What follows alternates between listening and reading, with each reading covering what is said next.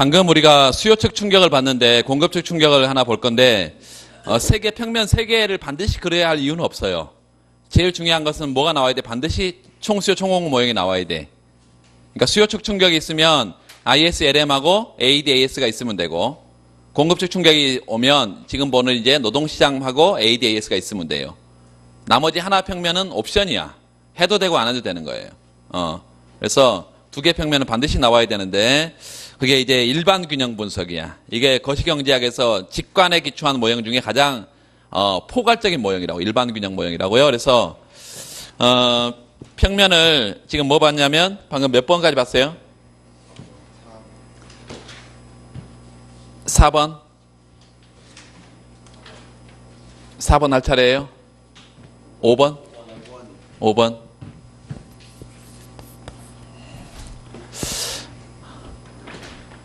공급 충격이에요. 공급 충격.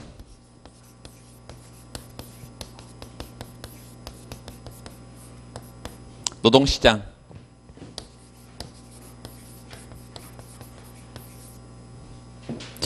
이 노동시장에 미치는 충격인데 공급 충격이 이 총요소 생산성이라는 것은 우리가 지금 개념이 쉽게 잘 안 들어오잖아요. 그냥 기술 충격, 여러분 기술 진보 이런 건 많이 들어봤잖아요. 기술 진보 이런 것들이 총요소 생산성 충격이라고 생각하면 되겠어요. 노동시장 평면 하나 그리고 총수요 총공급 모형.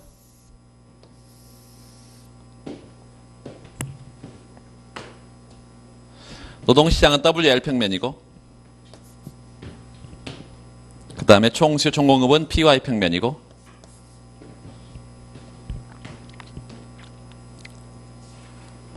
노동시장은 노동수요 곡선이 있고 노동수요 곡선은 MPL 노동 생산성에 영향을 받고 노동 공급곡선 힘들다 그러면 그냥 LS 써도 됩니다. 왜냐하면 이게 나중에 이제 물가가 변했을 때 화폐 환상 얘기를 하면서 우측간지 좌측간지 그것만 생각하면 돼. 근데 정확하게 쓰면은 이렇게 쓸 수 있다. P분의 P expectation 곱하기 GL 혹은 뭐 다른 책에 보면 뭐 HL 뭐 이렇게 김박저 같은 경우는 HL 이렇게 돼 있어요. 아무거나 상관없어요. 노동 수요 공급이 맞아떨어진 상태에서 균형이에요. W0, L0 이렇게 가고 최초의 균형 상태 A점. 총 수요 곡선 우하향하죠. 총 공급 곡선 우상향해. ADAS가 맞아떨어지면 총수 총공급에서 물가가 결정되고 산출량이 결정돼. P0, Y0. 이런 점 최초 A점 이렇게 할 거예요. A점. A점, A점 혹은 A점, A 프라임점 뭐 이렇게 아무 상관없어요. 근데 이걸 좀 균형점을 가져야 돼요. 맞춰. A, B, C 그러면 A 프라임, B 프라임, C 프라임 이렇게 가거나 아니면 A, B, C 그냥 가거나 이래서 맞춰줘야 돼 균형점을. 자, 먼저 총 요소 생산성이 증가할 수 있고 감소할 수 있는데 거기 책에 뭐 증가하는 경우 나와 있으니까 그냥 증가한 경우 보겠습니다. 유가나 원자재 가격이 상승하는 것을 우리가 많이 분석하는데 유가 원자재 가격 상승은 총요소 생산성을 떨어뜨려요. 그런데 여기는 지금 얘가 총요소 생산성 증가니까요.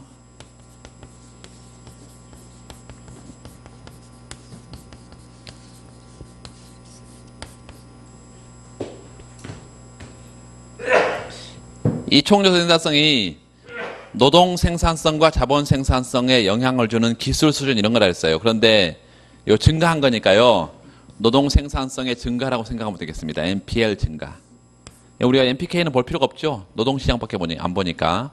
노동 생산성을 증가시키는 충격이다 이렇게 생각하면 되겠어. 우측 갑니다.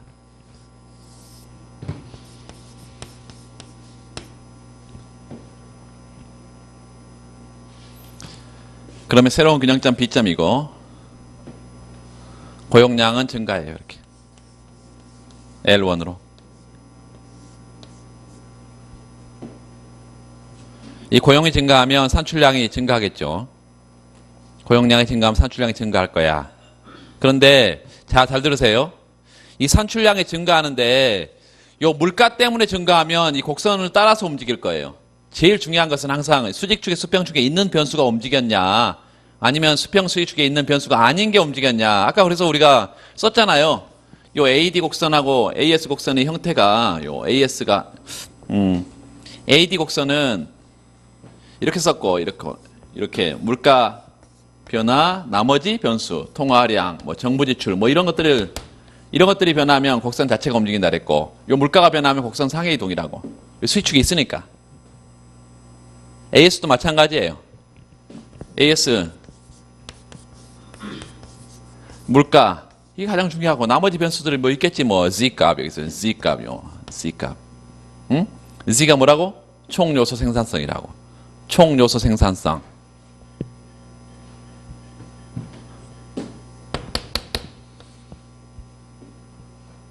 그래서 물가가 변하게 되면 곡선 자체 곡선상의 이동, 물가 여기 있으니까요. 근데 물가 변화가 아닌 요거요. 여기 뭐죠? 총요소 생산성. 이거 변화를 통해서 고용이 늘었어. 그럼 산출량이 늘 텐데 이렇게 산출량이 느는 게 아니고 AS 곡선 자체가 움직인다 이렇게.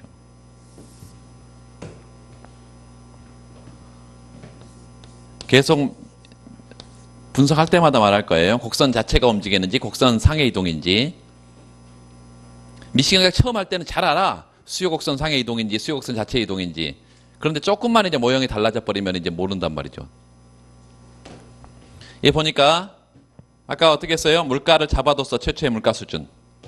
잡아두고 균형점이 뭐지? 여기 물가 전혀 변화가 없는 상태에서 균형점이 뭐죠? B점이죠. B점. 여기가 B점이야. 그런데 물가가 어떻게 되지? 요게 초과 공급의 초과 수예요. 초과 공급이니까 이게 초과 공급이니까 물가가 떨어지겠어. 이렇게 C점으로. 물가는 P1으로 가고 산출량은 Y1으로 이렇게 가겠어요. 자, 어디다 박스를 아까 쳤죠? 물가에다 박스를 치면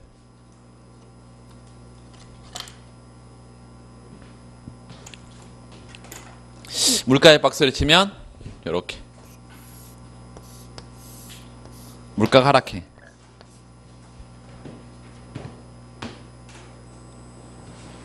자, 물가 하락은 여기 보니까 물가가 원래 P0였는데 물가가 하락하게 되면 요 전체 값은 어떻게 된다고요? 물가 하락하게 되면 여기 하락하니까 전체 값은 올라가. 그럼 이게 올라가야 된다, 이게 올라간다 떨어진다 했어요. 반대로 이거 봐보죠. 이게 뭐하고 같은 상태에서 임금하고 같은 상태에서 요게 올라가게 되면 요건 떨어져 줘야 주어진 실질임금 수준에서 항상 같을 거란 얘기예요. 그래서 얘 움직임과 반대 방향으로 얘가 움직여. 항상 얘 움직임과 반대 방향으로 얘가 움직인다고. 주어진 실질임금이 이게 이퀄이 돼야 되니까. 그래서 이게 떨어진다는 것은 우측 간다는 거 좌측 간다는 거예요? 좌측 간다는 거죠? 이렇게 좌측 이렇게. 근데 요 이동 폭을 우리가 생각해 봤을 때 이렇게 수직의 점선을 끌어냈을 때 요 노동 수요곡선의 이동 폭보다 공곡선 이동 폭은 항상 작아요. 항상 작아. 항상. 왜 그럴까? 이 생산성 충격이 강합니다. 강하게 나타나 항상. 경기 변동 충격이야 이게. 그래서 강하고 노동 공급곡선의 이동은 작아 이렇게. 이게 그래서 굳이 쓰자면 요 P분의 P1 P expectation 곱하기 GL 이게 괜히 복잡하면 그냥 L0S, L1S 이렇게 하면 된다는 얘기겠어요. L0S, L1S.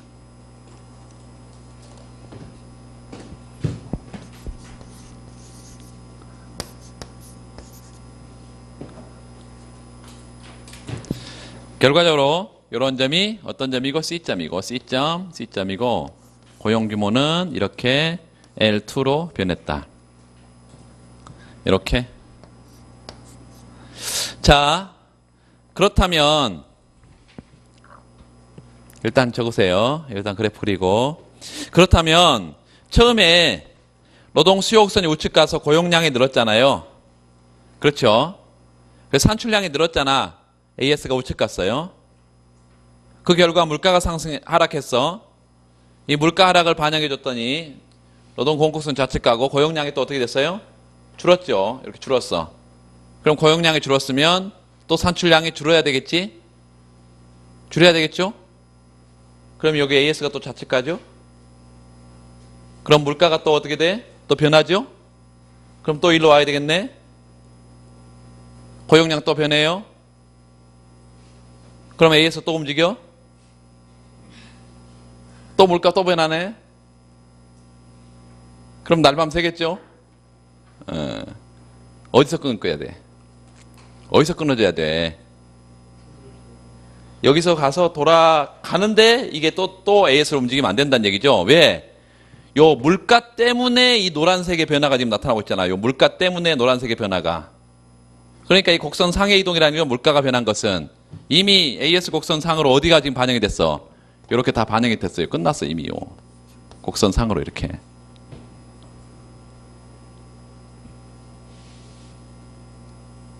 그래서 여기서 끝해야지 AS를 한 번 더 움직인다거나 뭐 AD로 움직인다거나 뭐 이래버리면 이제 꽝이라는 거예요. 요 연습을 계속 할 거예요. 지금 우리가 단순하게 그냥 충격을 하나 딱 줘버려서 이 효과만 딱 본 거잖아요. 근데 이제 문제에서 이걸 이제 풀어서 주겠죠. 이렇게. 자, 거기에 이동을 좀 표시를 해 놓을까요? 일단 그 341페이지 그래프 설명 부분을 먼저 읽어보시면 총 요소, 생산성 향상은 밑줄. 생산성 향상은 노동 수요 곡선을 우측 이동시킨다. 노동 수요 곡선의 우측 이동에다가 밑줄 긋고 우측 이동 폭이 커요. 이게 경기 변동 충격이기 때문에 생산성 향상, 생산성 하락 이건 경기 변동 폭이 커. 이동 폭을 크게 해야 돼. 그 노동 시장 한번 봐보세요. 노동 수요 곡선 이동 폭이 엄청 크잖아. 그 결과 AS 곡선이 또 이동한다. AS0에서 AS1으로. 그러면 물가가 하락하게 되고 그 물가 하락에다 박스를 치고 물가 하락. 물가가 하락하면 물가 하락으로 실질 통화 공급이 증가하고 LM 곡선이 이동하고 우리는 이건 보지 않았어. 왜냐하면 별 큰 관심이 없어요. 노동시장에 밑줄 긋고 노동시장. 우리 생산성 충격이 지금 노동시장에서 오고 있으니까 물가 하락에다 박스를 치고 물가가 하락하게 되면 노동자들이 화폐 환상을 일으켜서 노동 공급 곡선이 좌측 간다. 자, 그러면 우리가 아까 이렇게 표시했는데요. 이거 좌측 가는 것을 수식으로 표현했던 것이고 물가가 하락하게 되면 뭐라고 써놔? 그래서 밑에 써놔요. 물가 하락하게 되면 명목임금 하락하겠어요? 상승하겠어요? 하락하죠. 물가 하락하게 되면 명목임금이 하락하지. 왜 하락해요? 그건 결과고. 물가가 하락하면 왜 명목임금이 하락하냐면 여러분이 기업을 운영하는 CEO라고 생각해봐요. 시장에 물가가 하락해. 그러면 똑같은 내가 300만 원을 줘도 예전보다 훨씬 더 얘가 가서 물건을 많이 살 수가 있어. 실질 구매력이 올라가 버리니까. 그러면 더 낮춰도 가능하다는 얘기예요. 낮춰도 예전의 실질 보수가 그대로 가능하다는 거야. 구매력이. 그래서 노사가 서로 이제 합의를 하게 되는데 시장에 물가가 낮다는 건 뭐야? 기업이 물건 팔아도 낮은 가격에 팔아야 된다는 거예요. 그러니까 노사 합의로 명목임금이 떨어집니다. 그래서 물가 하락에 따른 명목임금 하락을 실질임금 하락으로 착각한다. 써나요? 물가 하락에 따른 명목임금 하락을 실질임금 하락으로 착각해. 그래서 고용량이 감소하고 산출량이 감소하는데 그 산출량 감소가 곡선 상해 이동이다. 물가 변화 때문에 나타나는 곡선 상해 이동이다.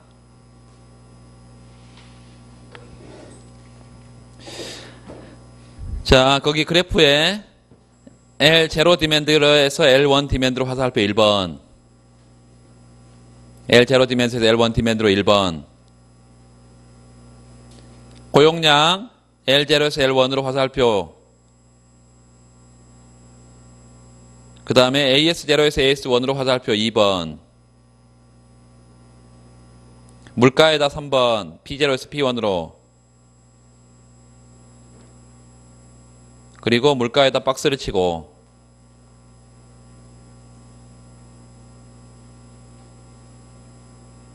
물가 옆에 수직축에 박스 있잖아요. 물가의 수직축에 P0, P1 물가 물가 하락을 명목임금 하락, 실질임금 하락으로 착각해서 노동공급자가 노동공급을 변화시키는 거 L0에서 L1으로 화살표.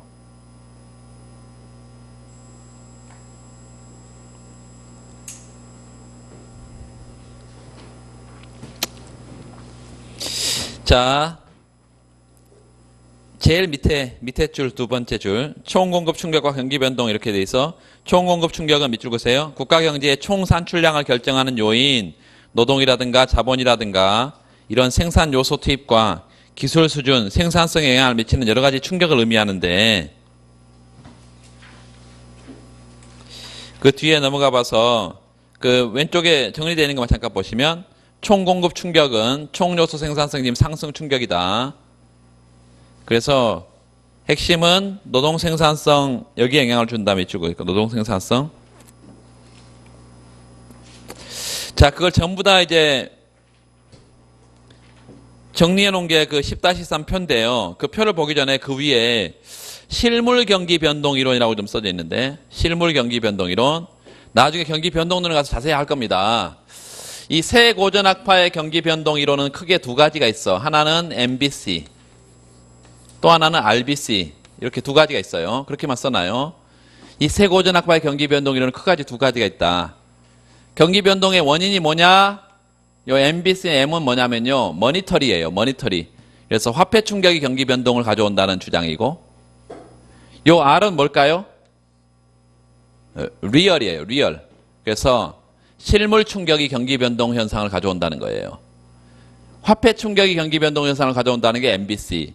실물 충격이 경기 변동을 가져온다는 게 RBC. 그런데 거기 실물 경기 변동 이론이잖아요. 그러니까 RBC는 리얼, 실물적 충격이 경기 변동 현상을 가져온다. 그건데 거기다 몇 줄 걸어봅시다. 총요소 생산성 변화나 기술 충격. 이게 실물 충격들이에요.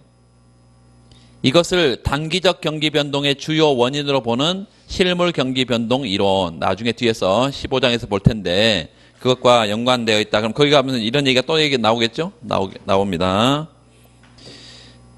표로 정리되어 있는 그 앞에도 계속 이런 표들이 있는데요. 표로 정리된 거 여러분 다 정리해야 돼요. 반복해서 정리를 해주고 있어서 일단 그 총수요 충격, 총공급 충격 둘로 나눠져 있고요. 총수요 충격에다 동그라미. 그리고 밑줄 긋시다. 거기 생산물에 대한 총 지출의 증가 또는 감소 밑줄.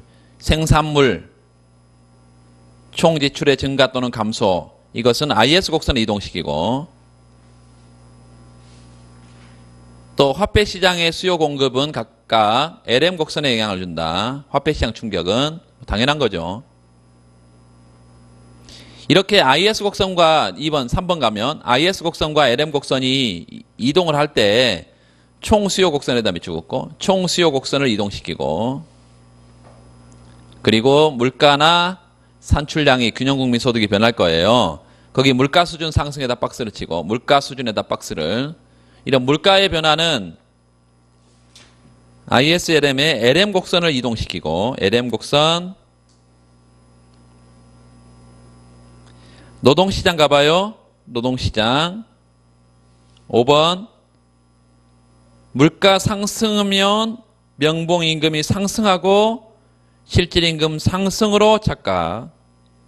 물가가 하락했다면 명목임금 하락이고 실질임금 하락으로 착각. 그래서 노동공급이 변한다. 그 순서대로 하면 되겠습니다.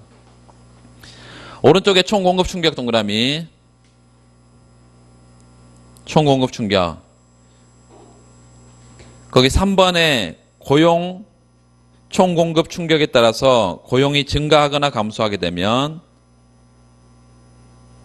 거기 단기 총공급 곡선이 우측 또는 좌측 단기 총공급 곡선에다 밑줄 고용 밑줄 긋고 거기다 노동시장 써놓고 단기 총공급 곡선 우측 좌측 균형 국민소득과 물가가 결정될 거고 거기 물가 수준의 하락 상승 물가에다 박스를 물가 그러면 똑같이 뭐 LM 곡선 이동하고 그 5번 가에서 노동시장에다 몇 줄? 노동시장 똑같아요. 그 5번 완전히 똑같이 그 블락 복사해서 갖다 놨어요. 옆에다가 똑같은 거야.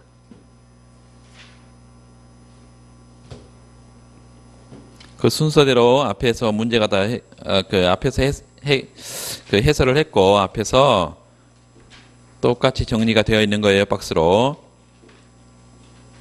345페이지 아까 봐버렸고 그 다음에 거기 중간에 개방경제 이렇게 나오는데 다 SNM BP 모형이어서요. 지금 안 했습니다. 349페이지 가보면 349페이지 그 화폐금융정책의 동그라미 화폐금융정책 그리고 그 폐쇄경제 나와 있고 그 뒤에 가면 또 개방경제가 나와 있어. 그러니까 이렇게 이제 이 장을 보는 데는 굉장히 힘들단 말이에요. 다 한꺼번에 다 들어있으니까. 나중에 정리할 때는 이제 이게 이 책이 좋죠. 빠짐없이 다 정리가 되어 있으니까. 350페이지 화폐금융정책인데 분석은 전혀 다를 게 없어. 똑같아. 이제 IS 곡선을 우리가 지금까지 움직였다면 LM 곡선만 움직이면 되니까 똑같은데 LM 곡선을 움직이는 충격이 화폐금융정책을 우리가 많이 분석합니다. 기출도 굉장히 많고 그래서 그 분석하는 방법을 잠깐 보면 6번 통화정책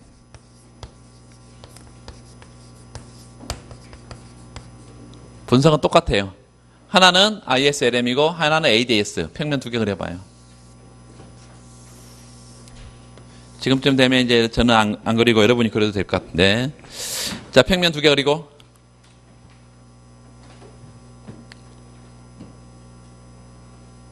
하나는 RY 평면의 ISLM 또 하나는 PY 평면의 ADAS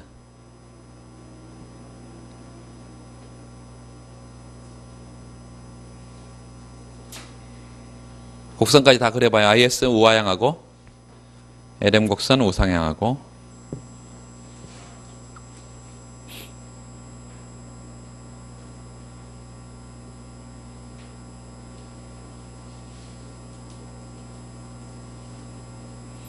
RY 평면입니다. RY 평면 그 다음에 PY 평면이고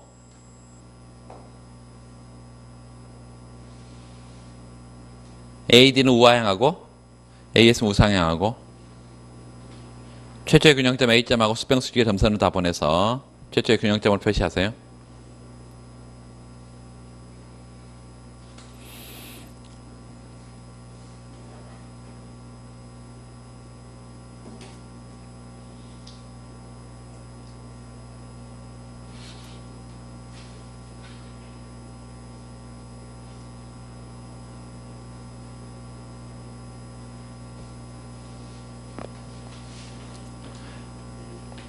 자, 통화정책인데 확장 통화정책인데 얘가 통화량을 팽창시키는 거예요.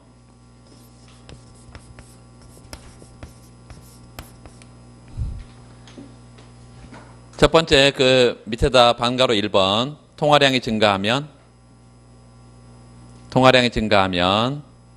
LM 곡선 우측 이동 LM 곡선 우측 이동 괄호 열고 LM0 오른쪽 화살표 LM1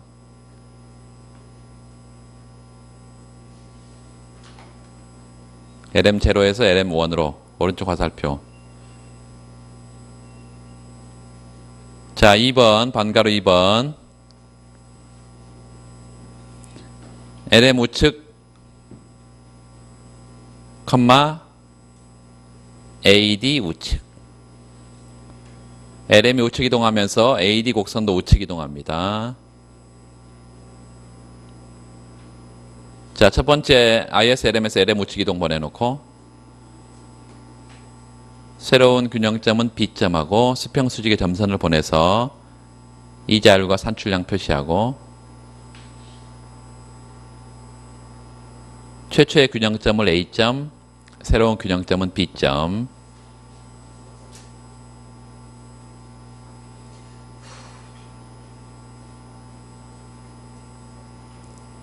수평수직의 점선을 보냈어요. R1, Y1 그 다음에 우측에 AD 곡선 우측 이동 AD 곡선 우측 이동 최초의 A점에서 수평의 점선을 쭉 보내가지고 새로운 AD와 맞아떨어지는 점이 있을 거야. 그 점이 B점입니다.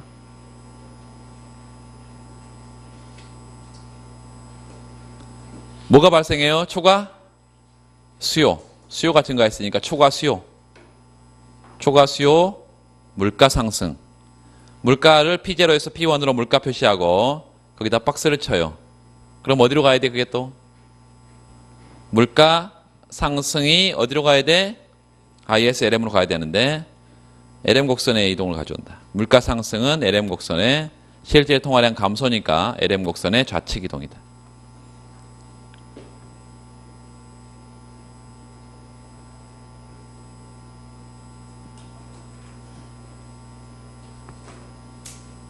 다 됐죠?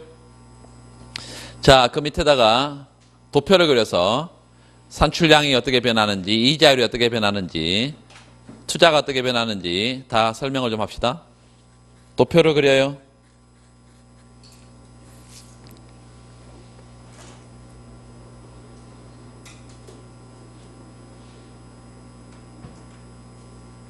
첫 번째 산출량은 증가하죠.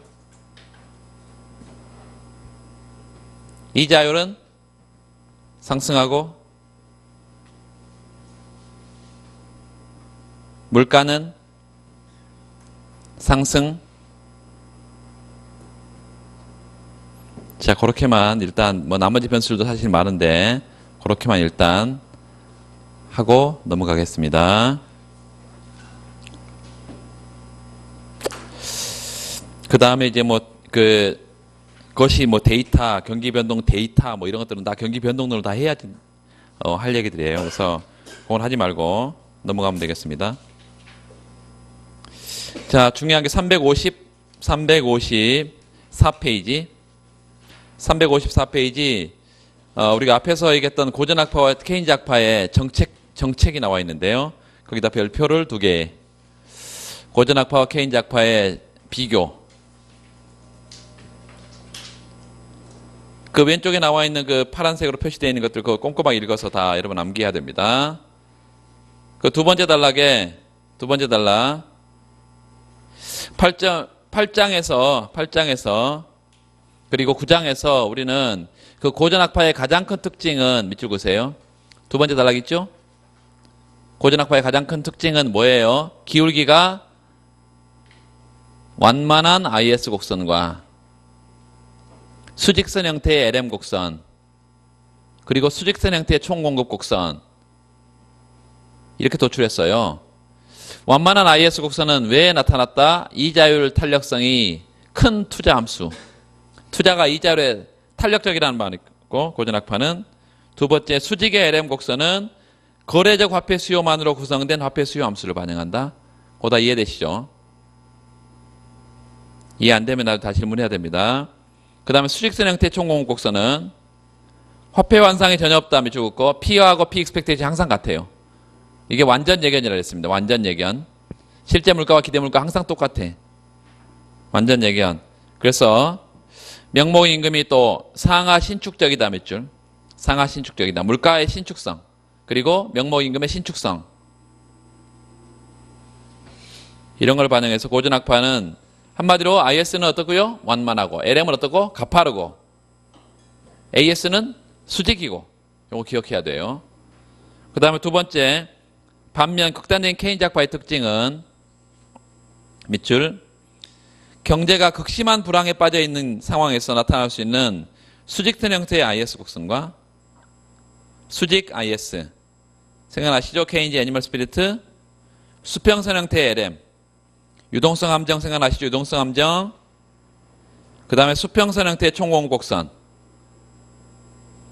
여러분 그 케인즈의 공급곡선은 수평으로 그려도 되고 우상향하게 그려도 되는데요. 두 가지 형태인데 극심한 경기 침체에서는 수평선 형태로 나타납니다. 거기 수직의 IS 곡선은 밑줄 보세요. 수직의 IS 곡선은 이자율의 완전 비탄력적인 투자함수 애니멀 스피릿 써놓고 애니멀 스피릿.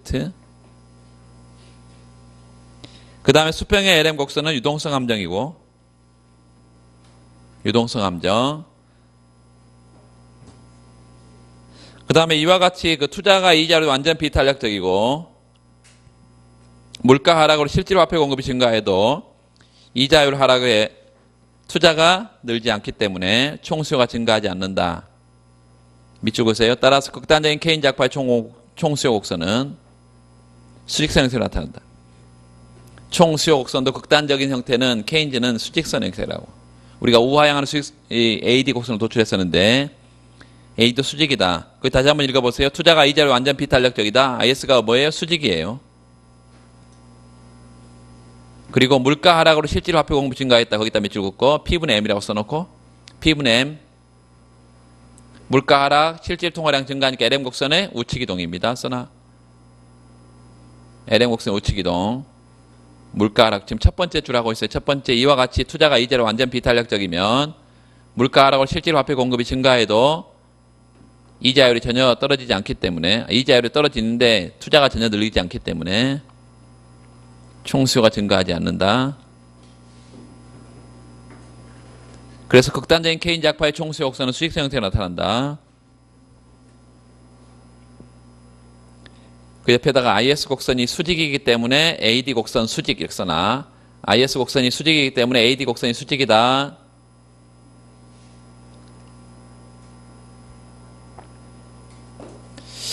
또 수평적의 총공급곡선, 수평 총공급곡선은 경제가 불황에 빠져 있을 때 얼마든지 재고가 창고에 그득그득 쌓여 있다 이 말이에요. 그래서 잉여 생산 능력이 충분하기 때문에 그 생산 증가에 따라 아무런 추가 비용이 들지 않는다. 이런 이제 두 학파가 경제를 바라보는 상이한 관점에서 총수요 총공급 모형을 이용해서 재정정책과 화폐금융정책의 효과들을 한번 따져보자 이런 얘기예요. 그 뒤에 이제 오른쪽 보세요. 오른쪽 재정정책의 유효성. 고전학파는 완전 구축 효과가 발생하니까 재정정책은 전혀 효과가 없다 이 말이고 케인즈 학파는 유동성 함정 상황에서 재정정책은 엄청난 효과가 있다. 재정정책의 상대 유효성 그러면 케인즈 학파는 어때요? 재정정책이 상대적으로 유효하다. 고전학파는 재정정책이 상대적으로 무력하다 이렇게 나온다 이것입니다. 그 뒤에 그래프가 다 나와 있고 그래프 설명 부분이 앞에 나와 있고 그래프가 설명이 뒤에 나와 있고 그래프가 뒤에 나와 있어. 넘어가 보세요. 그 색깔 있는 펜을 하나 꺼내가지고 LM 곡선의 그 수직의 맨 첫 번째 그래프에 LM의 수직에다가 덧칠을 하나 해놓고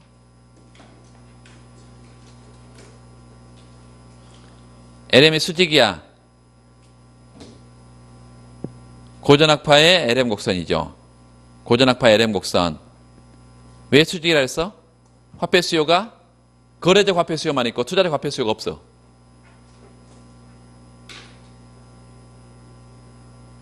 거래적 화폐 수요만 존재하고 투자적 화폐 수요가 없다. 그래서 LM이 수직이다. 자, 거기서 IS0에서 IS1으로 지금 화살표가 되어 있는데요. 재정정책을 쓰게 되면 이자율 상승, R0에서 R1으로 이자율 상승하면서 소득이 전혀 변하지 않죠. 그래서 고전학파는 그 밑에다 바로 써놔요. LM 옆에다가 완전 구축 효과. 완전 구축 효과. 재정정책에 따른 정부 지출 증가가 소득을 아무런 변화를 소득을 가져오지 못하고 전부 다 이자율 상승으로만 연결되고 있어. 구축 효과. 두 번째요. 두 번째 평면에 LM이 수평이네요. 케인즈 악파입니다. 케인즈 악파. 그래서 유동성 함정 써놓고 유동성 함정. 유동성 함정. 그 상태에서 IS가 0에서 IS1으로 가고 있어. 재정정책을 썼더니 소득이 Y0에서 Y1으로 크게 늘고 있죠. 그래서 재정정책의 유효성. 앞에 구축 효과를 했으니까 이게 뭐예요? 승수 효과입니다. 이건 승수 효과. 아주 강력하게 나타난다. 승수 효과가.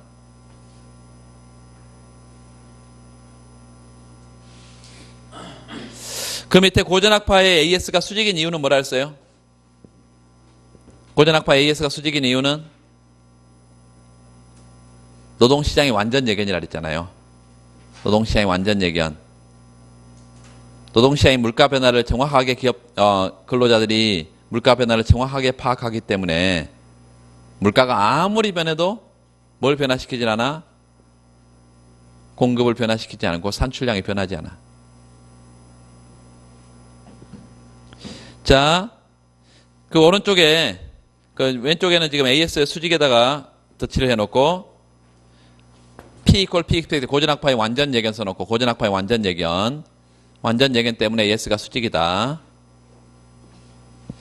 그 다음에 마지막 평면 AD0 한번 찾아봐. AD0. 총 수요 곡선이 수직이네요. 이 특이한 총 수요 곡선 우리가 언제만 쓴다? 극단적인 불황일 때. 케인즈가 생각하는 극단적인 불황일 때 AD가 곡선 수직이다.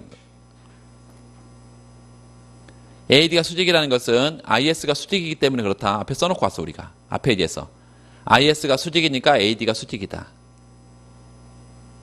IS는 왜 언제 수직이다? 투자 AGR 탄력성이 전혀 없을 때. 케인즈의 애니멀 스피릿.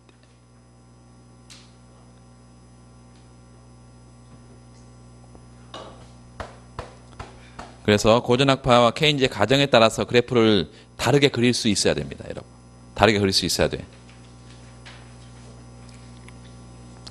그래서 결과적으로는 그 재정정책의 상대 유효성 거기 밑에다가 별표를 해놓고 고전학파는 방금 본 LM 곡선의 수직, IS 곡선의 완만한 이런 걸 가정했을 때 확장 재정정책은 이자율만 상승시키지 총수요 증가 효과는 없다.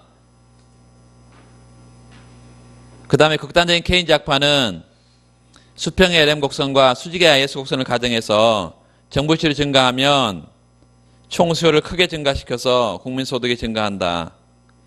재정정책이 상대적으로 유효하다라고 케인즈는 생각하고 고전학파는 재정정책에 효과가 없다. 오른쪽에 가보면 이제 화폐금융정책, 통화정책인데요.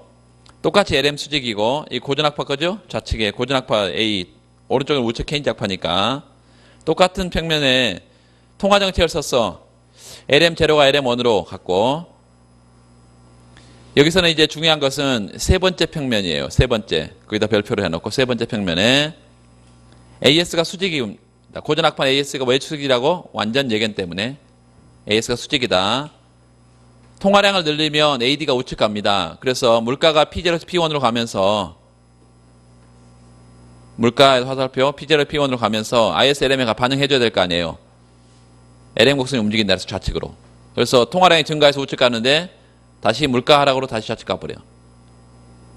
아무런 효과가 없다.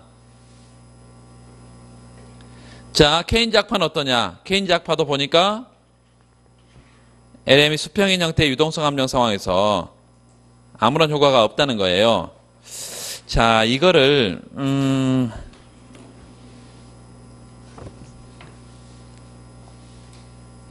248페이지 다시. 저 앞으로 넘겨봐요. 248페이지. 그리고 방금 그 페이지에다가 357페이지에다가 248페이지라고 써놔. 그리고 248페이지 넘어가봐. 248페이지.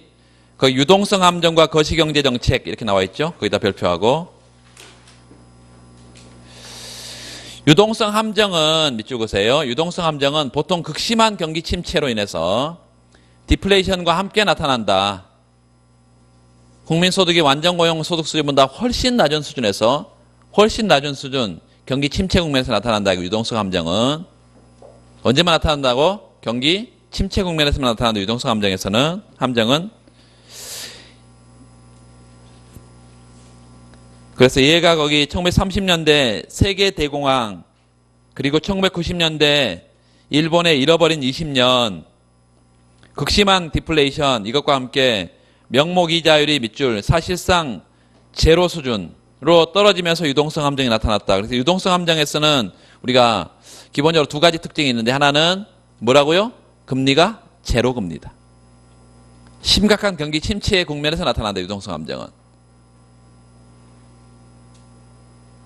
그래서 그 뒤에 봐보세요. 뒤에 그래프가 어떻게 생겼어? 수평축이 완전히 붙어버렸잖아요. LM이. 그래서 거기서 정체 효과를 좀 볼 거예요. 자, 그 정체 효과를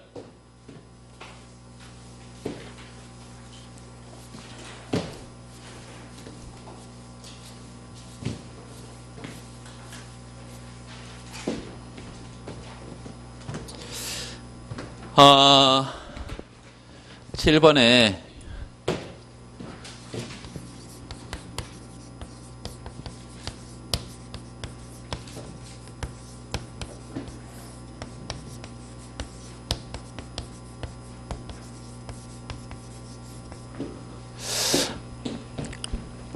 일단 유동성 함정은 여러분 집에 가서 다 정리해야 됩니다. 유동성 함정은 뭐냐?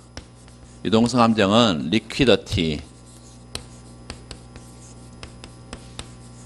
트랩이라는 건데, 유동성 함정. 나중에 뭐 유동성 딜레마, 리퀴디티 딜레마, 뭐 유동성과 관련된 얘기가 굉장히 많이 나올 거예요.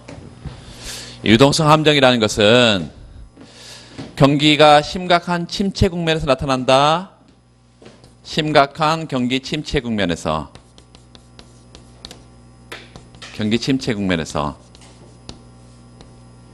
사실상 금리는 제로 금리고, 요 대문자 R로 쓰는 이유가 있습니다. 명목 금리입니다. 명목 금리. 실질 금리와 명목 금리를 구분하려고 지금 그러는 거예요. 명목 금리다. 제로 금리다. 이 상태에서 금리가 제로면 앞으로는 금리는 올라갈 일밖에 없겠죠. 요 채권 가격이 어떻다고 이때? 가장 높으니까 채권 가격이 어떨 일밖에 없어요. 앞으로는 떨어질 일밖에 없어. 그래서 이 심각한 경기 침체 국면에서 H가 무한대 값을 갖는다. H가 뭔데? 투기적 화폐 수요인데. 투기적 화폐 수요인데 무한대 값을 갖는다. 왜? 앞으로는 금리는 올라갈 일밖에 없고 채권 가격은 떨어질 일밖에 없다. 그래서 나중에 채권 사기 위해서 지금 화폐를 수요한다. 이게 투기적 화폐 수요. 이게 무한대 값을 갖는다. 따라서 이 상황에서 LM이 수평이다 이거지.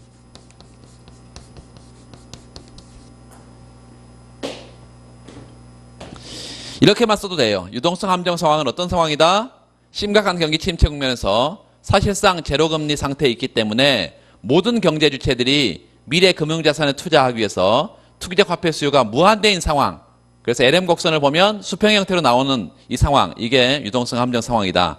이렇게만 해도 되는데 조금 더 추가하면 이때의 통화정책. 전통적인 의미의 통화정책. 경기 침체니까 통화를 늘려줘야지. 지금 유동성이 지금 부족하니까 시중에. 이 확장 통화 정책은 아무런 실물에 파급 효과가 없습니다. 전통적인 통화 정책이 아무런 효과가 없는 상황. 이게 유동성 함정 상황이다. 통화를 아무리 늘려도 민간이 다 가져버린다 이거예요. 다 흡수해버려. 나중에 뭐 하려고? 채권 살려고.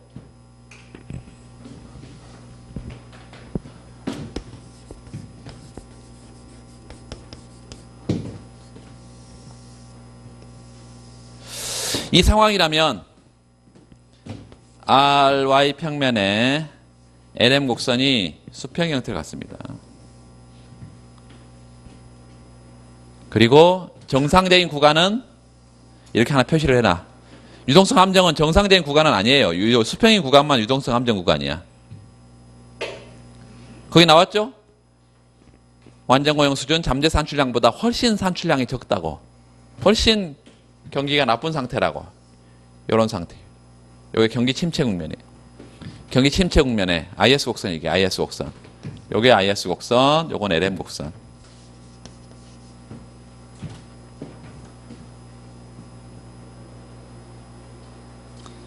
정책들을 좀 써봅시다. 일단 통화정책이 아무런 효과가 없다고 그러니까 그걸 증명을 좀 하면 통화정책이 아무런 효과가 없다고 그러니까 먼저 통화량을 팽창시켜봐.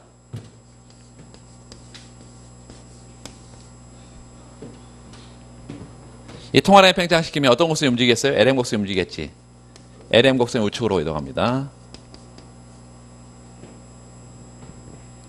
이제 어떤 책에는 요게 요렇게 나와서 평행하게 LM이 우측 보내놓은 그래프도 있고 어떤 책에는 그냥 요점에서 그냥 기울기를 가지면서 이렇게 이동하고 있는 건데 요건 아무 의미 없어. 그냥 LM이 우측 같다는 걸 표현해 줄 뿐이에요. 그래서 요렇게 나가든 뭐 요렇게 나가서 요렇게 나가든 아무 상관이 없어. 그냥 요 구간 자체가 유동성 함정 구간이 아니기 때문에 그냥 통화량이 늘었다는 걸 표현해 주는 것 뿐이야. 그래서 이렇게 LM이 우측 갑니다. 이렇게 우측 가.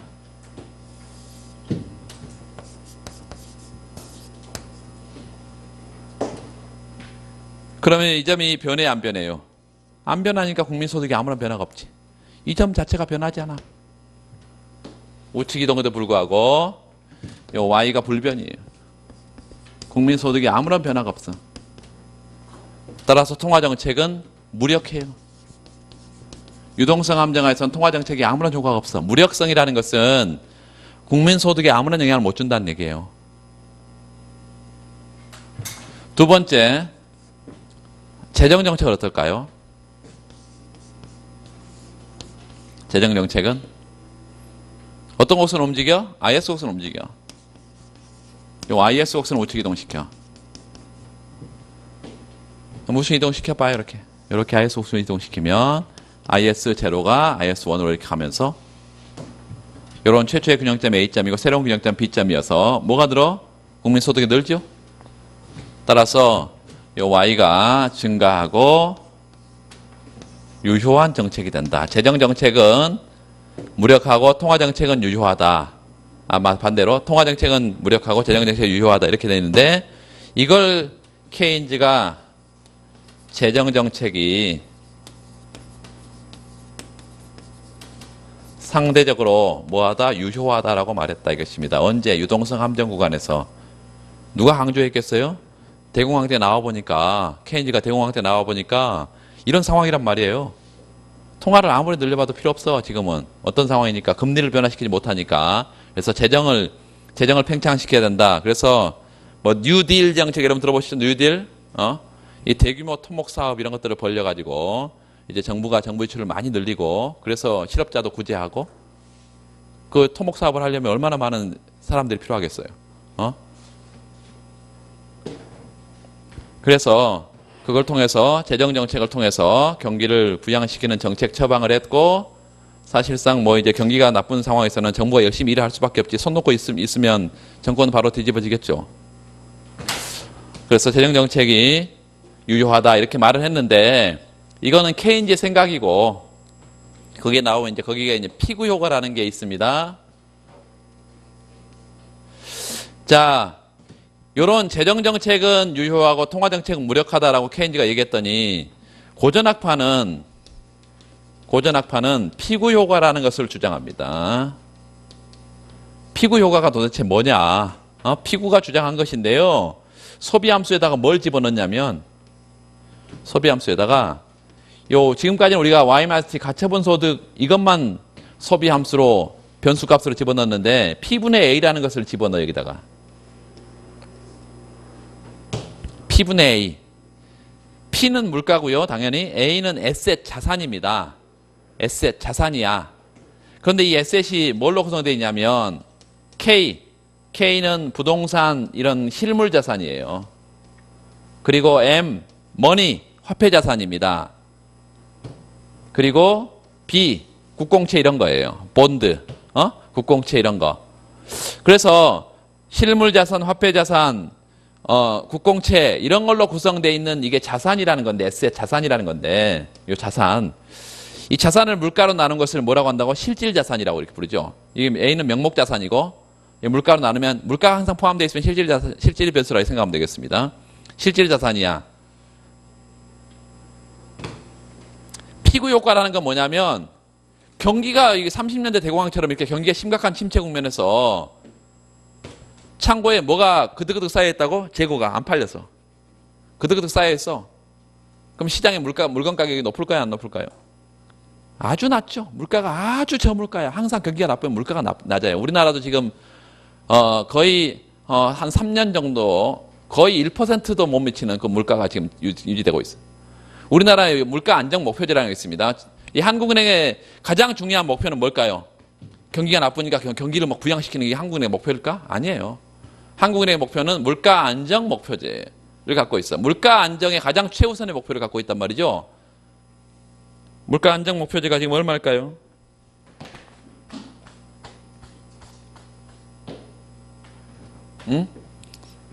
또 물어보면 당황스러워하니까 내가 당황스러운 대답을 듣게 되니까 물가 안정 목표제 한국은행에 딱 들어가서 치거나 아니면 뭐 여러분 많이 물어보는 네이버 씨한테 물어보면 바로 나와. 한국은행 중기 물가 안정 목표제 딱 이러면서. 자, 물가 안정 목표제 그게 제일 중요한 건데 지금 그거의 하방에도 못 미쳐. 계속 1%야. 그래서 경기가 나쁘면 물가가 아주 낮다고 이렇게. 경기 침체 국면에서 물가가 아주 낮아. 그러면 실질 자산은 어떻게 될까요? 높지. 여러분이 갖고 있는 자산 가치가 높으면 여러분 소비를 더 하겠어요? 덜 하겠어요? 당연히 소비를 더 하지.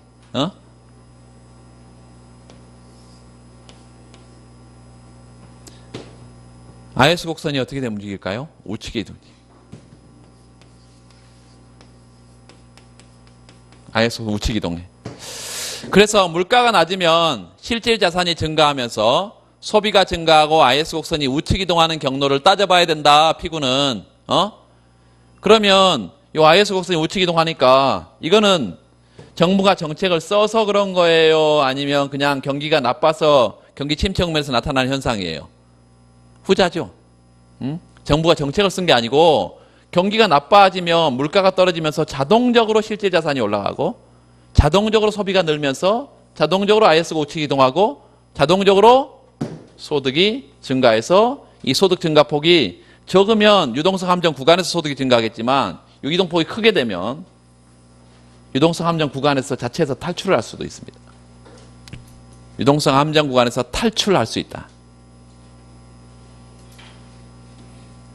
자, 케인즈는 뭐라고? 적극적인 재정 정책을 써라. 고전학파는 뭐라고? 아니야, 가만 내버려둬. 가만 내버려두면 지금 물가 낮잖아. 그럼 실질 자산 가치가 높기 때문에 사람들이 소비를 하게 될 거야. 그럼 유동성 함정 구간에 탈출할 거야. 적극적으로 개입해라 그런 거. 그리고 개입하지 말아라. 누구의 주장이 맞는 것 같아요?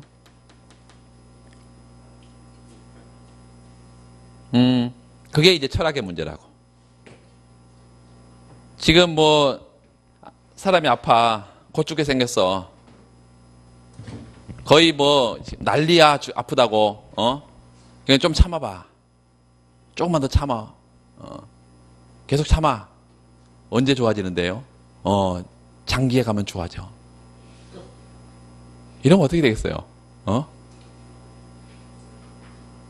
장기에는 좋아질 수 있지.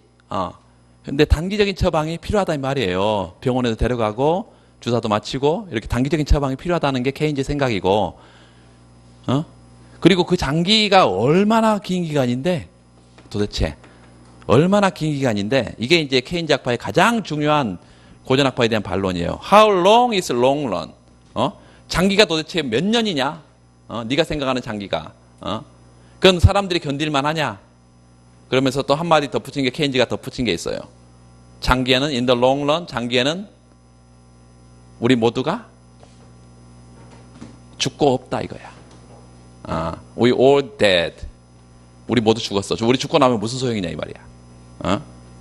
그게 이제 케인즈 생각이에요. 그래서 케인즈는 경기가 나쁘면 적극적으로 정부가 들어와서 일을 해야 된다는 거예요. 그러니까 경기가 나쁘면은 보통 이제 케인즈식의 처방이 엄청 설득력을 얻게 되고 항상 케인즈식의 처방이 강하게 드라이브를 걸게 돼.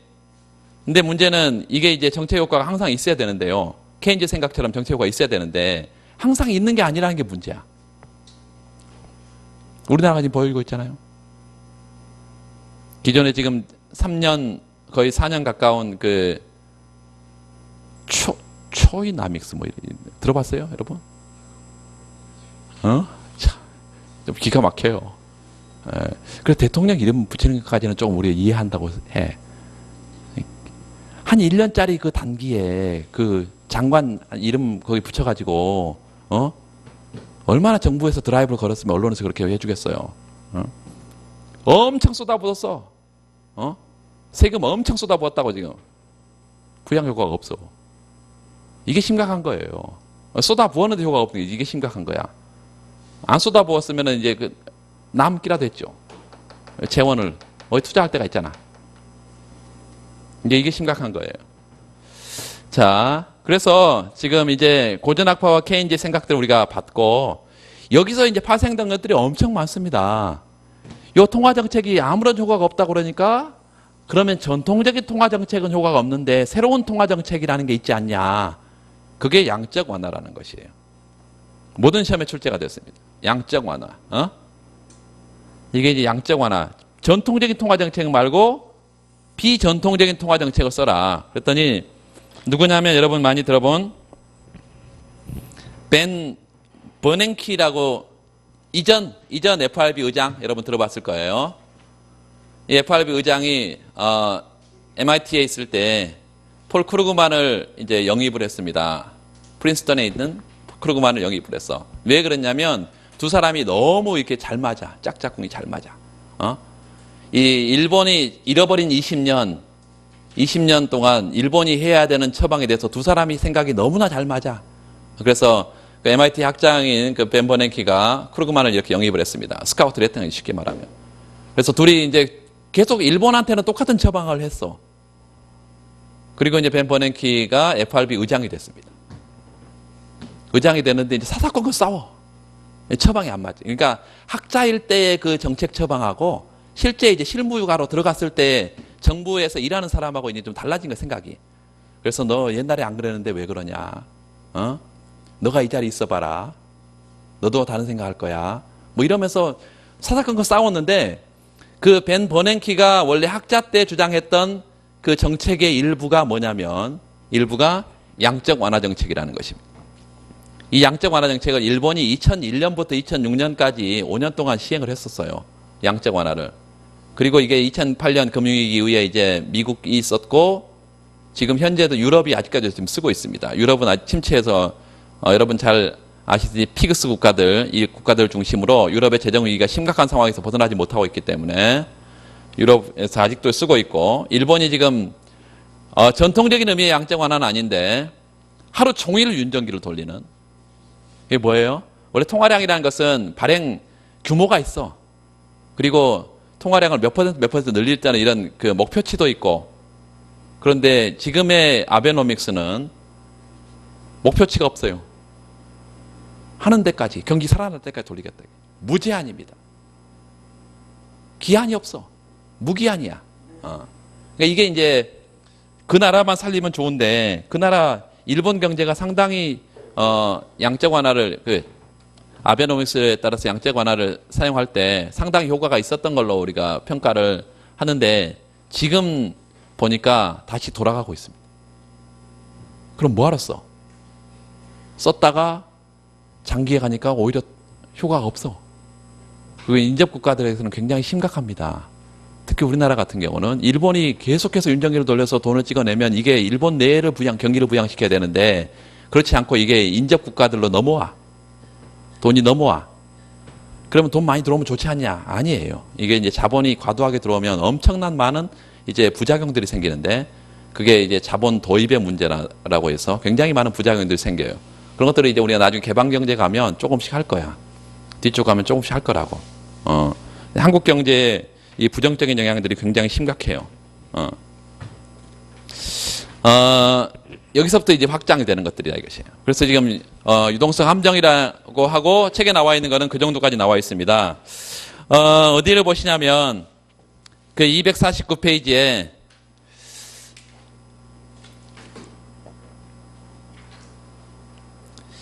(8.24) 보면 C가 Y-C 가처분 소득의 증가 함수일 뿐만 아니라 그 P분의 A의 함수라고 되어 있는 것이 있죠. 그걸 조금 간단하게 이렇게 쓰면 이렇게 쓸 수 있습니다. 간단하게 이렇게 써놓으세요. 그냥 함수 표시로 Y-T 그리고 P분의 A 이렇게.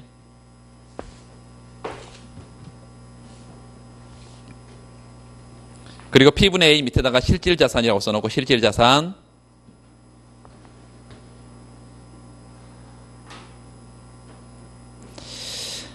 제일 밑에 단락에 밑에서 둘, 네 번, 다섯 번째 줄에 보면 거기 보세요. 식 8.24와 같이 소비함수에 뭐가 도입이 되면 밑줄 소비함수에 자산효과가 도입이 되면 실질자산효과가 도입이 되면 주어진 물가 수준에서 M 상승에 따라 통화량 증가에 따라 실질자산이 증가하고 이게 소비 증가를 통해서 IS 곡선으로 우측 이동하기 때문에 국민소득이 증가해서 유동성 함정 문제를 해결할 수 있다. 이거를 피구 효과 또 실질 자산 효과 이렇게 말을 하는데, 자, 방금 설명하고 약간 다릅니다. 보세요.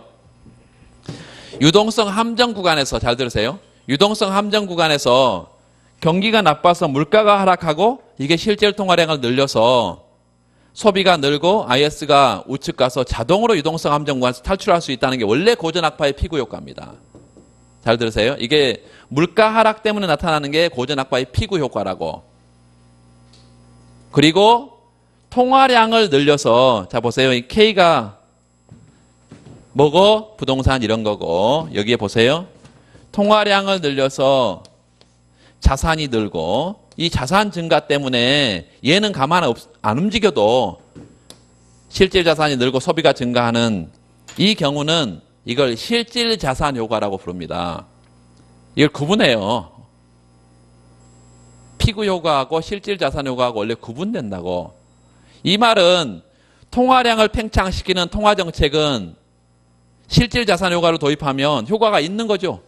근데 문제는 통화량을 증가시켰었는데 LM이 움직이는 게 아니라 IS가 움직인다는 거야.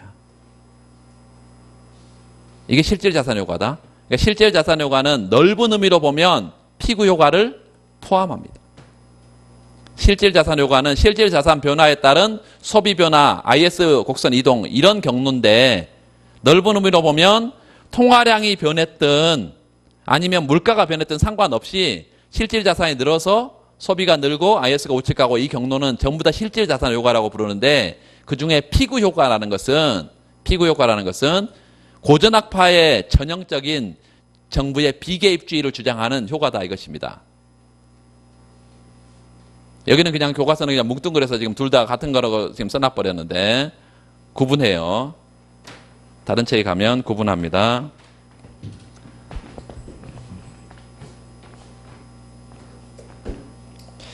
그렇게 하시면 되고, 뒤에 250페이지 그래프를 별표를 하고 꼼꼼하게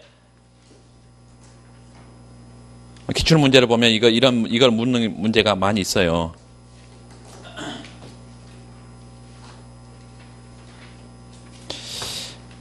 다시 앞으로 돌아와서요.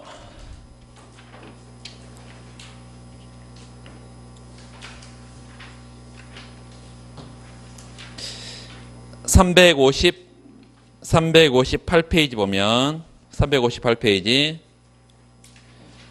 거기 화폐 중립성 노트에 들어가야 됩니다. 화폐 중립성. 결국 거기 두 번째 줄에 고전학파 세계에서는 확장적 화폐금융정책은 물가만 변하지 균형국민소득을 변화시키지 못한다. 또한 재정정책과는 달리 화폐금융정책의 실시 이후에 새로운 균형에서 총수의 구성 항목도 달라진 게 없다. 뭐 이런 게 얘기인데, 그런 건 뭐 이거 앞에 다 설명한 것들이에요. 그 밑줄 보세요. 이와 같이 고전학파 세계에서 통화량의 변화가 박스, 통화량 변화 박스, 실질 변수에다 박스, 통화량 변화가 실질 변수에 아무런 영향을 미치지 못하고 명목 변수에만 영향을 주는 것을 화폐 중립성이라고. 중립이라는 건 어디에 대해서 중립이라고요? 실질 변수에 대해서 중립이다. 실질 변수에 대해서 아무런 영향을 못 미친다. 이게 화폐 중립이고, 그 위에다가 화폐 초중립 이렇게 좀 적어놔. 초중립. 화폐 초중립성이라는 것은 뭐냐? 화폐 중립은 통화량이 한 번 변했을 때 실질 변수에 영향을 못 주는 거예요. 근데 통화량의 변화가 지속적으로 나타남에도 불구하고 실질 변수에 영향을 못 주면 이걸 화폐 초중립이라고 그래. 통화량의 변화가 뭐라고요? 지속적으로 변해. 혹은 영구적으로 변해. 그럼에도 불구하고 실질 변수에 영향을 못 미쳐. 그러면 화폐 초중립성이 성립한다 이렇게 말합니다. 이게 고전학파의 가정이야. 그러니까 고전학파는 통화량 아무리 변해봐라 실질 변수에 아무런 영향을 못 미친다 이거예요. 통화정책은 무력하다. 다 같은 거죠. 이걸 그래서 고전학파가 화폐는 실물을 둘러싸고 있는 베일에 불과하다 이렇게 말해요. 화폐는 실물을 둘러싸고 있는 뭐에 불과하다? 이 껍데기에 불과하다. 껍데기.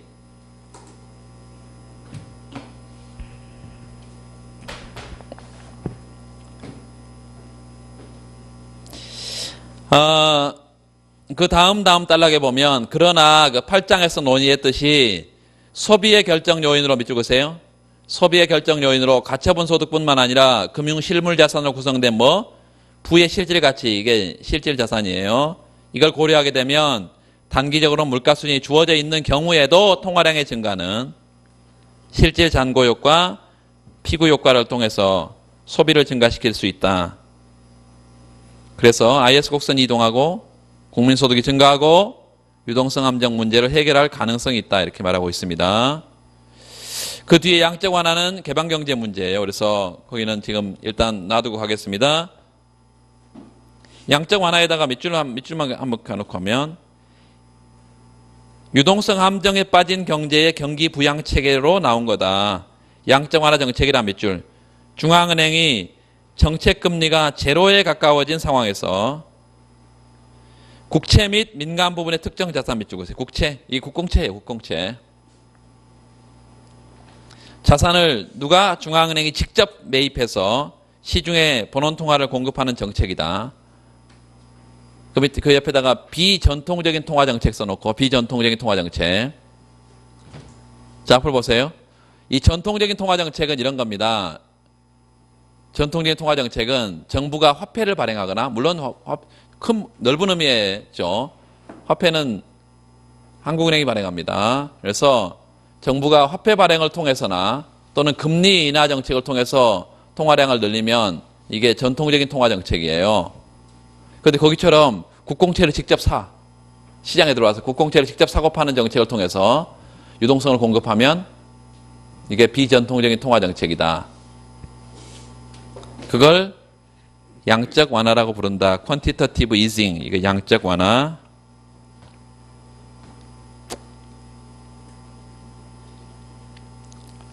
그 부분이 좀 어렵습니다. 좀 어려운데 일단 그런 개념만 알아두고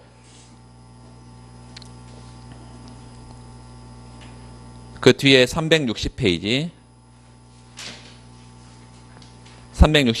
그 이제 고전학파와 케인즈 얘기를 했으니까 새 고전학파와 새 케인즈를 얘기할 거고 거기다 별표를 또 2개 하고